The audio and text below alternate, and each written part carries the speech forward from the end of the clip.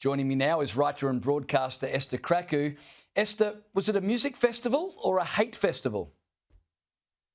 It was really more hate than music. You would be surprised to know that many of the performances there were not something that normal working people know of. It's usually the kind of obsession of middle class young people that have £400 to spend getting drunk in a field with very questionable hygiene choices. Look, the biggest scandal here is the fact that the BBC actually aired this. You know, this was a surprise to no one. We've known that Glastonbury over the years invites a certain type of person, usually a very young, left-leaning, quite naive of the world individual whose politics are questionable. We've always known this. We've known for years when Stormzy decided to stand up on stage and start swearing at Boris Johnson and encouraging the crowd to swear at their then prime minister.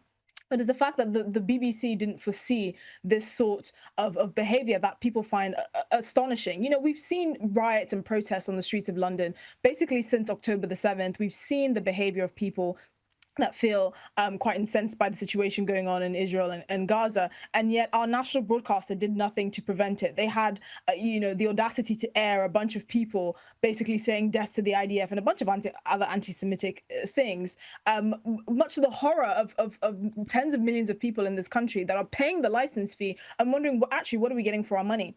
You know, a lot of broadcasters sensibly would actually create a delay in the broadcast so that if they see this sort of thing, that they would actually be able to stop it. But the BBC didn't do that, and they then came out with a groveling apology, as they usually do when they've been proven to fallen asleep at the wheel, and then said, oh, actually, you know what, we're not going to make this available on catch-up, as if that's supposed to make the situation better. We know what to expect from people from Glastonbury. We know that their IQ and their level of political knowledge is not probably where the rest of the public's is. We know that they're a bunch of young, easily manipulated people. They're a bunch of Greta Thunbergs that find a new grievance to get excited about every week. But it's the fact that the BBC, the adults in the room, lack the editorial foresight to actually see this happening and be able to stop it, because this is an embarrassment. It's completely embarrassing that this is happening here in the UK, and the Western world are watching what is actually happening to this country.